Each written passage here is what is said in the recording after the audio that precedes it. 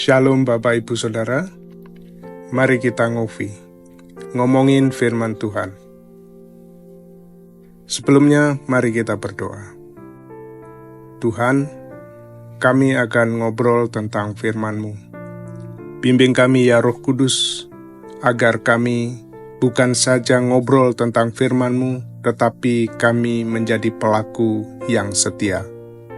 Dalam nama Yesus, firman yang hidup, kami berdoa. Amin. Hari ini kita ngopi dari Efesus 1 ayat 18-20. Aku berdoa supaya mata hatimu diterangi, sehingga kamu dapat mengerti pengharapan apakah yang terkandung dalam panggilannya. Betapa kayanya kemuliaan bagian yang ditentukannya bagi orang-orang kudus, dan betapa hebat kuasanya bagi kita yang percaya. Sesuai dengan kekuatan kuasanya yang dahsyat, yang dikerjakannya dengan membangkitkan Kristus dari antara orang mati, dan mendudukkan dia di sebelah kanannya di surga. Demikian firman Tuhan, berbahagialah setiap orang yang mendengar dan merenungkannya.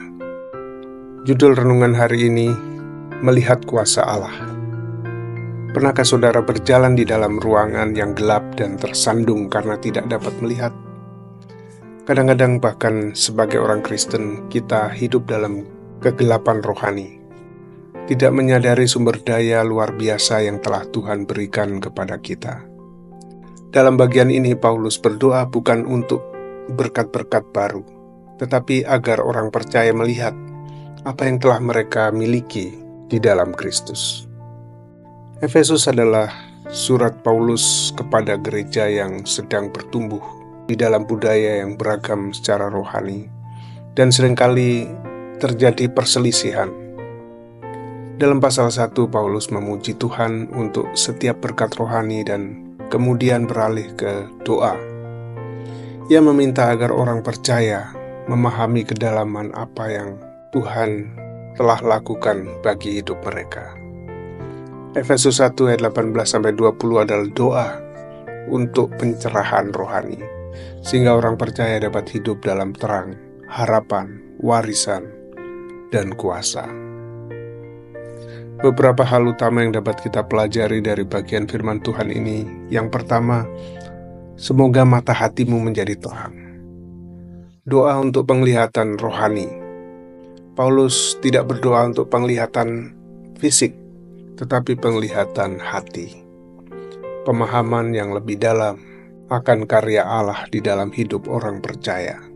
Tuhan ingin kita melihat melampaui apa yang kasat mata, ke dalam realitas rohani dari apa yang telah Dia sediakan.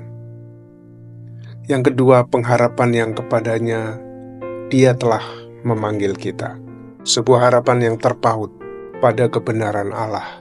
Ini bukanlah angan-angan, tetapi masa depan yang jelas dan pasti dan berakar pada panggilan yang Tuhan berikan kepada kita. Mengetahui panggilan kita, maka akan membantu kita untuk menanggung segala pencobaan dan hidup dengan keyakinan yang kuat. Yang ketiga, kekayaan warisannya yang mulia. Kita adalah harta karun daripada Tuhan.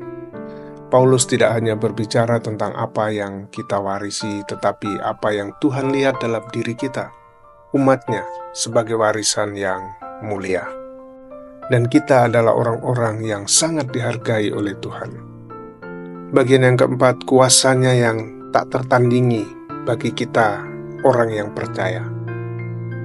Kuasa kebangkitan Yesus di dalam kehidupan kita, baik di rumah, di tengah masyarakat, maupun di tempat kerja. Kuasa yang sama yang membangkitkan Yesus dari antara orang mati, hidup di dalam diri kita.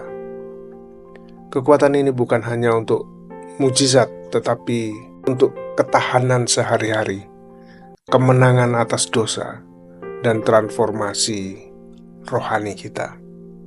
Bayangkan, ada seseorang yang menjadi pewaris dari orang yang sangat kaya, tetapi hidup dalam kemiskinan, hanya karena tidak tahu bahwa dia memiliki warisan itu. Begitulah banyak orang Kristen dalam kehidupan sehari-hari, tidak menyadari harapan dan nilai serta kuasa yang sudah mereka miliki di dalam Kristus. Paulus berdoa seperti seseorang yang menyalakan lampu dan menyerahkan kunci peti harta karun yang sudah terkunci di rumah saudara. Saudaraku, mintalah kepada Tuhan setiap hari untuk membuka mata rohani saudara. Jangan puas hanya dengan penglihatan yang dangkal. Carilah wahyu yang lebih dalam. Hiduplah dengan harapan, bukan ketakutan. Panggilan Tuhan atas hidup saudara tidak tergoyahkan. Ingatlah bahwa diri saudara sangat berharga di mata Allah.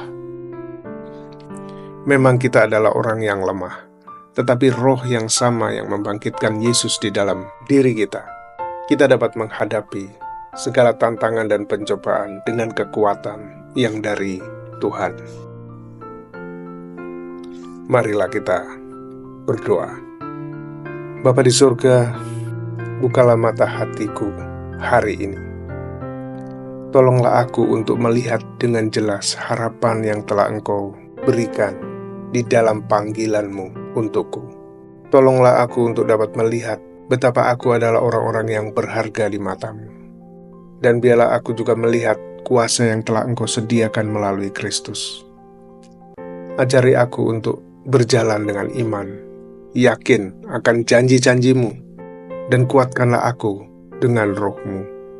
Di dalam nama Yesus aku berdoa. Amin.